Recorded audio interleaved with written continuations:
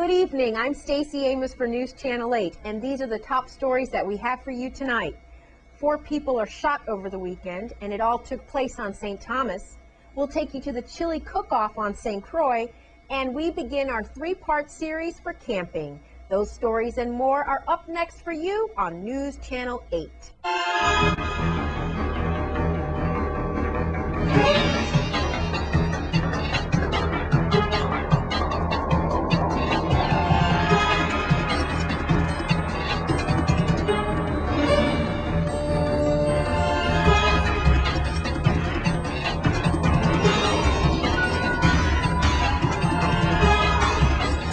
Top story tonight, at least 4 people were shot over the weekend in separate incidents on St. Thomas. So far, none of these shootings were life-threatening.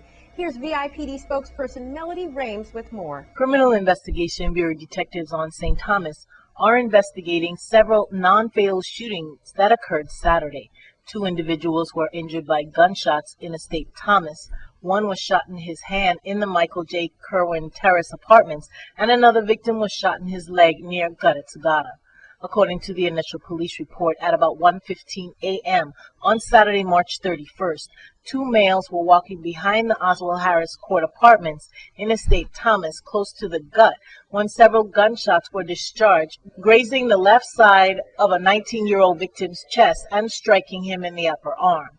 A 23-year-old victim was injured by gunshots to his toe and inner right thigh. The victim told police that they did not see who shot at them, and they had no knowledge of why someone would want to shoot them.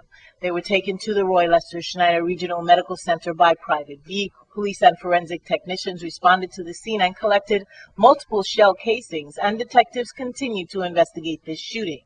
On the same day, at just minutes before 2 a.m., another shooting victim was interviewed by police while being treated at the hospital for his injuries. Police said a 31-year-old male reported that he was in Kerwin Terrace when 2 armed males dressed in black approached him, and they began to fight. During the fight, one of the assailants shot the victim in his left hand. A gold nugget ring was also stolen from him, the victim said. The suspects fled the area on foot, and the victim also told police that he could not identify the suspects. And at about 10:30 a.m., also on Saturday, another shooting victim told police that he was near the bridge at Guttett's Gata, sitting on a chair, when a male who was armed with a handgun approached him and fired 1 shot into his left leg. The 21-year-old victim told police that the suspect fired several more times, hitting him in the upper thigh. The victim also told police that he could not identify the suspect, and he did not know why anyone would want to shoot him. Police urge anyone who has any information on these shootings to tell what they know.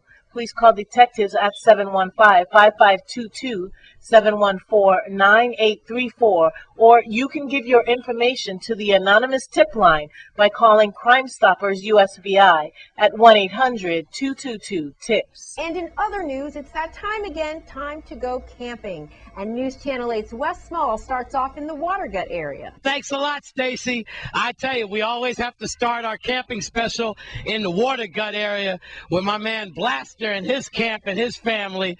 And as you can see, the fish are running pretty good here. We having a good time. I'm here with this family here. Looks like we got some barracuda. So what kind of fish is it? Mullet, a mullet. A mullet? A mullet.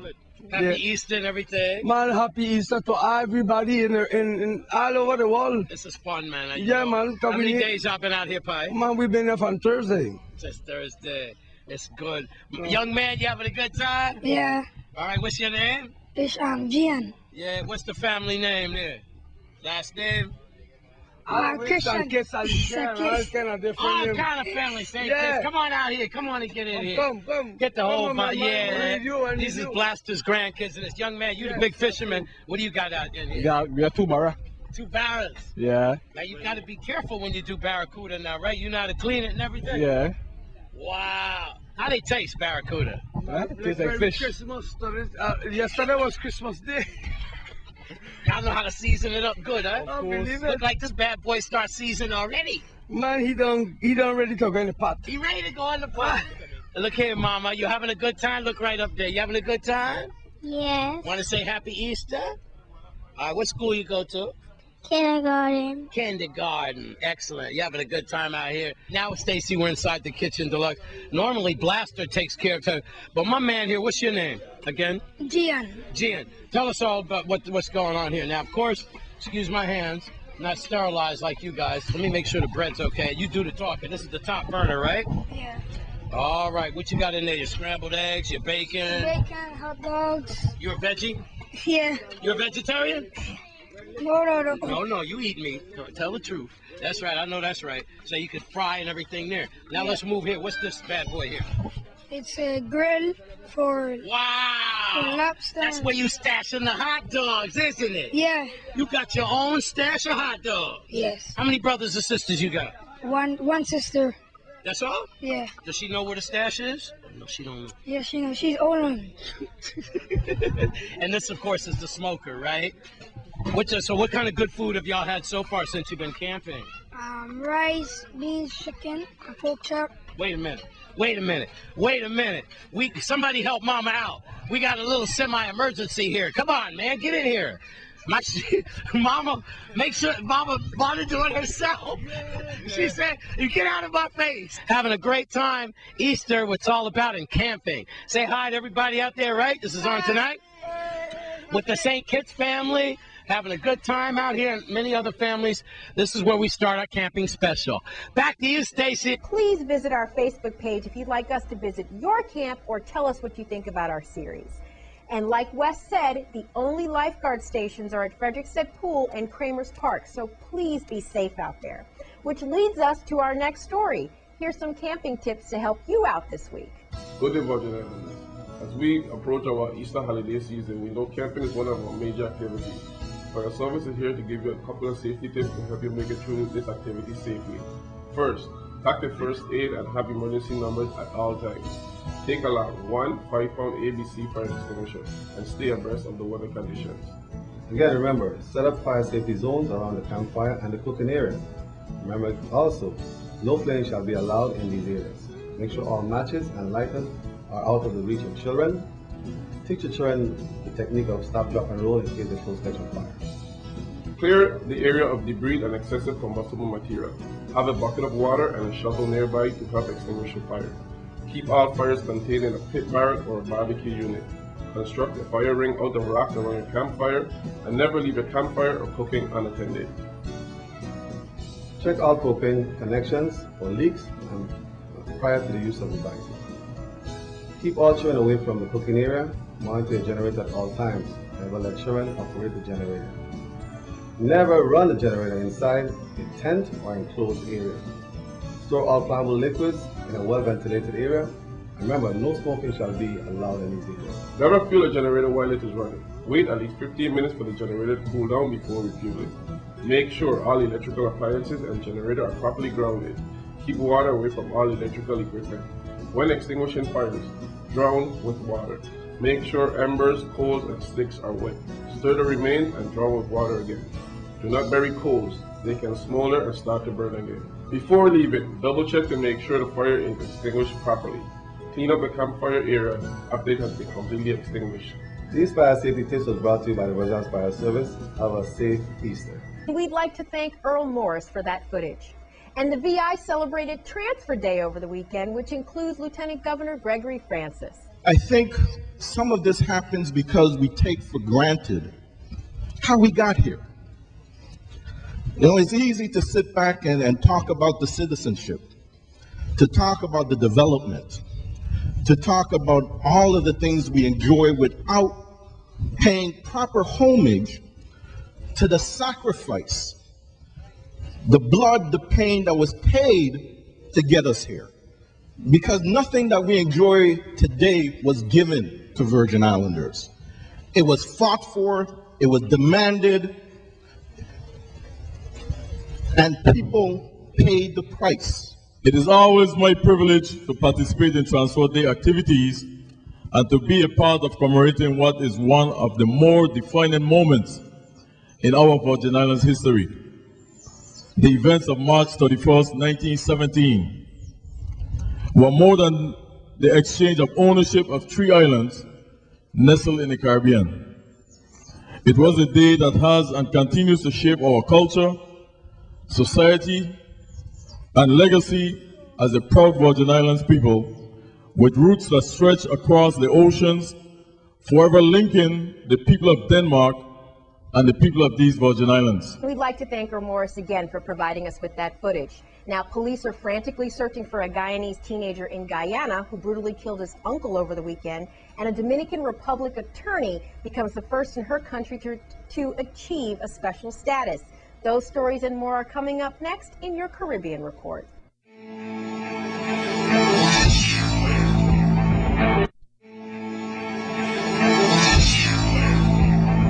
Now here's your Caribbean Report.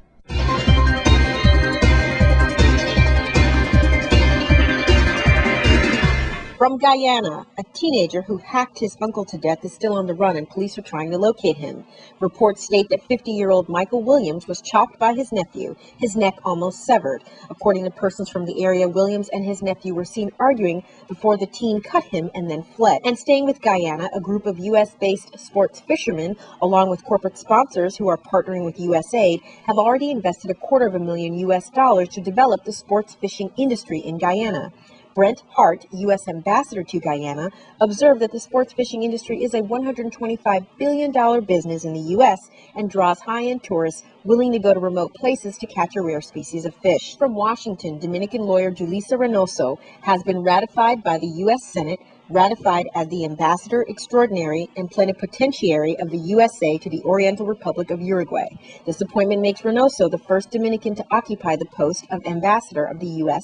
in the history of that country. Reynoso was nominated by President Barack Obama last October. She was part of Hillary Clinton's campaign during the Democrat primary and went on to join Barack Obama's push for the White House. From St. Kitts, Chairman of the United Nations CARICOM Group, Delano Bart, who is also the St. Kitts and Nevis Permanent Representative to the United Nations, has accused the NYPD of flagrant violation by aggressively arresting the ambassador of St. Vincent and the Grenadines, Gonçalves. In a letter to U.S. Ambassador to the United Nations, Susan Rice, Bart wrote, on his way to the elevator, he was shouted at and confronted by a police officer who rudely questioned his action and then grabbed him by the neck and shoulder, displaying undue physical harassment against the ambassador. From Barbados, all appears to be lost for Barbados-based carrier RedJet.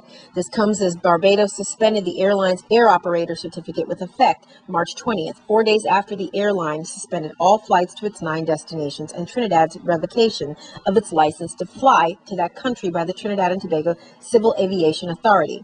According to reports, this chain of events sealed the airline's fate, making it even more unlikely for its return to the skies after a mere 10 months in the air. From Puerto Rico, construction of Puerto Rico's third rum distillery has begun in the island's mountainous region. The Club Caribe LLC distillery in Sidra is expected to open later this year at the site of a former pharmaceutical plant. The company is expected to produce 2 million gallons of rum in its first year as part of a 20-year deal. In sports, on Sunday, London subway stations were temporarily renamed for the upcoming Summer Olympic Games with the names of famous athletes, including Caribbean athletes such as Jamaican sprinter Usain Bolt and Caribbean boxing legend Teofilo Stevenson, a 3-time Olympic champion and world champion.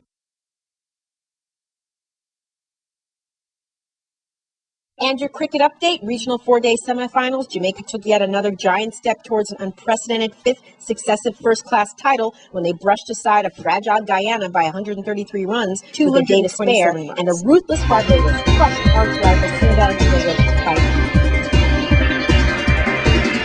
Be sure to check our Facebook page for updates and details to all the stories reported in the Caribbean Report. And yesterday, the United Way of St. Croix held their annual chili cook-off, and we have the winners. Third place gets a 2-night stay at Tamarind Reef Hotel and a $25 gift certificate at Gertrude's Restaurant.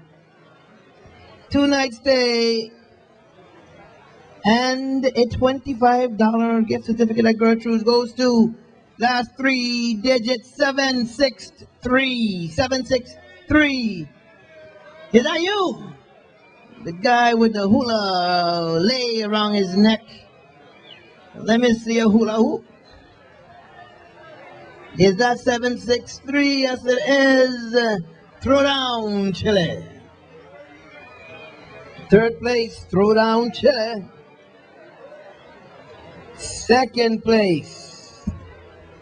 Second place You get a 2-night stay at Hotel Caravel and a $50 gift certificate from St. Croix Marine. You get all of this if your last 3 digits are 774. 774. No, I'm just kidding.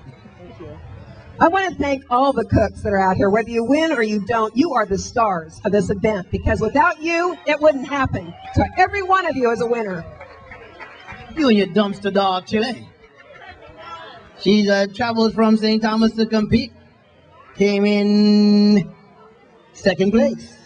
And the 1st place winner, who goes to represent St. Croix in the Chili Cook-Off in Texas. You also get a round-trip ticket, 1 round-trip ticket, compliments of Seabourn Airlines, and a 2-night stay at Frenchman's Reef Resort on St. Thomas. It goes to last 3 digits being 7, 6, 2. 762, you're the winner. I ain't see that number yet. You get hugging and kissing, I ain't see that number. I gotta see that number. Let me make sure it's a 76. That's not you, just kidding.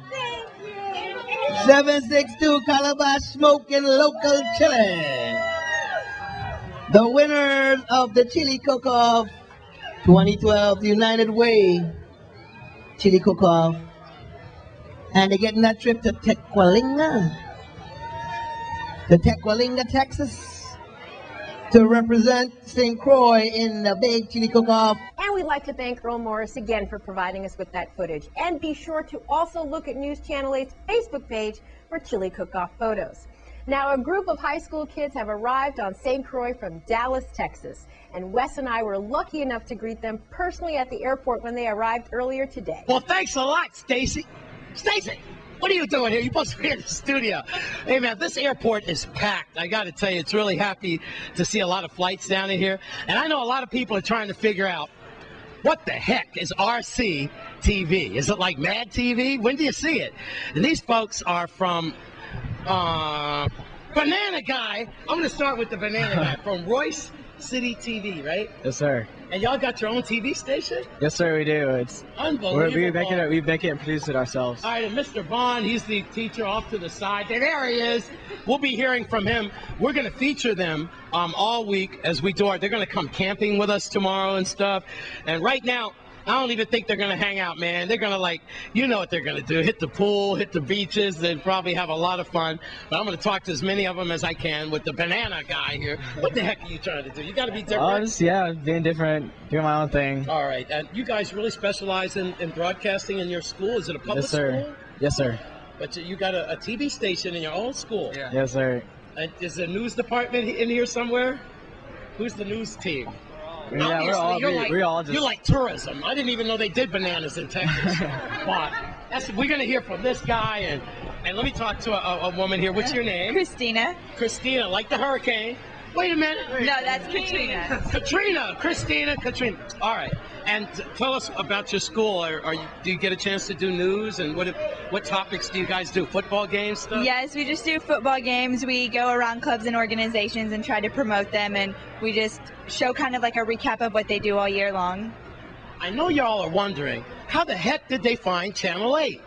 I'd like to know myself. How the heck did you find out about us? Well, we really wanted to go to an island this year because our competition was in Dallas. So I was like, let's go on a vacation. Let's go to an island. And Mr. Bond has been here a couple of times and he found y'all and we just wanted to come. And tell me what you plan to do while you're here. We just want to have fun and make some news stories and just have a good time. Just going to be a really good learning experience and just have fun. Learn a lot of stuff about cameras and working with TV stations and learning a lot about the island and getting some good stuff on our resumes. We love that. We love it. We're so glad you guys chose here too. That means so much to us. Go ahead. We're just wanting to get some real world experience and see how a real TV station work and go to the beach and have some fun. Right, and we are here at the airport with these wonderful students from outside of Dallas. We're so glad they chose here. And the banana guy who's here helping our banana tourism. If they're wearing their t-shirts and you see them around the island, give them a big warm St. Croix hug and thank them for coming and choosing us. I'm Stacey Amos for News Channel 8. It's all about energy when we come back. This newscast has been sponsored by Mario's Virgin Crystal. Let us save you the hassle of lugging those jugs around. Purified bottled water conveniently delivered to your home or office. Also available in your favorite grocery store. Call 773-2810.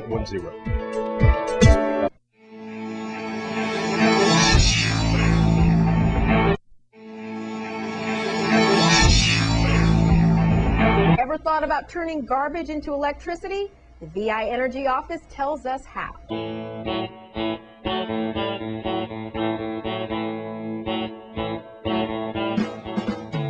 They're actually pipes that are about 100 feet in the ground, and they're gathering the methane and they're bringing it up into a series of underground pipes, and the pipes then come down here to the flare.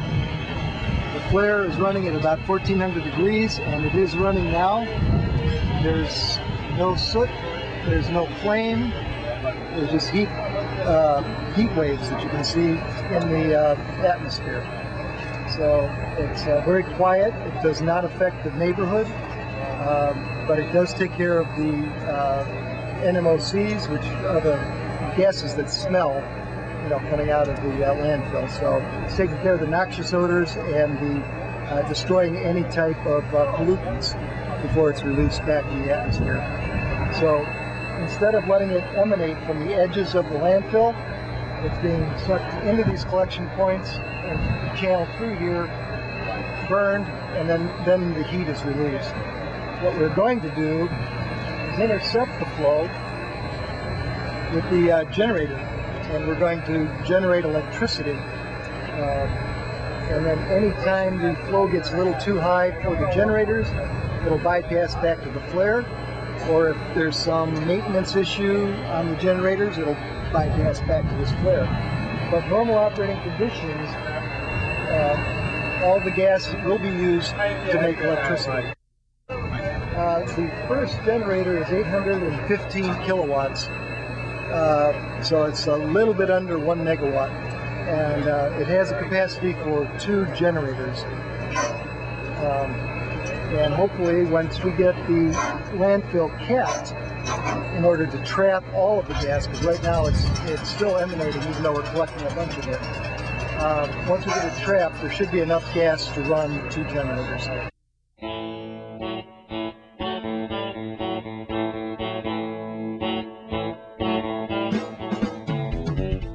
Good morning, this is Mr. Radcliffe Percy from the Virgin Islands Energy Office, and I'm here with Mr. Fran Woods of Island Roads, who is the contractor on the waste gas, landfill gas, the energy project here being done for the Waste Management Authority. Where basically this project is going to take the methane gas that's being produced in the Bovoni landfill. It's being captured in a gas capture system, which he's already built, and we have a flare where we're currently flaring off the methane. And what this project is going to do is we're going to take that methane, and instead of just flaring it, we're going to run it through some generators and produce electricity